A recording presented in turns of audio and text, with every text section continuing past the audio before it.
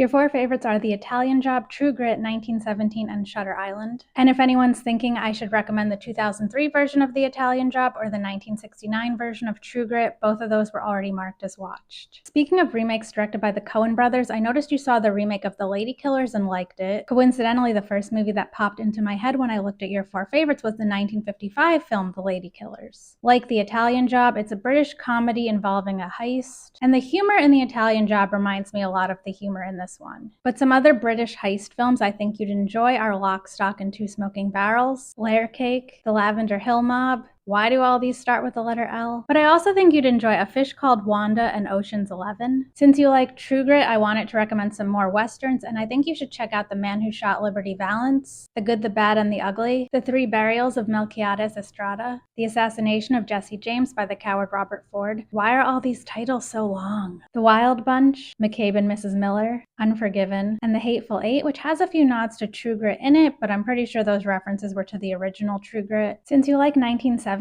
some classic war films I think you should check out are Paths of Glory. I feel like some of the shots in 1917 were inspired by shots in this movie. And Apocalypse Now. This one definitely was an inspiration on 1917 because a minor character in 1917 is named after Robert Duvall's character in Apocalypse Now. But I also think you might like Saving Private Ryan, and Private Ryan is played by Matt Damon, who was in True Grit. Since you like Shutter Island, two other movies that take place in psychiatric hospitals that came to mind that I think you should check out are One Flew Over the Cuckoo's Nest and Shock Corridor. And I think these last three have a somewhat similar vibe to Shutter Island, so I think you should check out Memento, The Others, and Prisoners.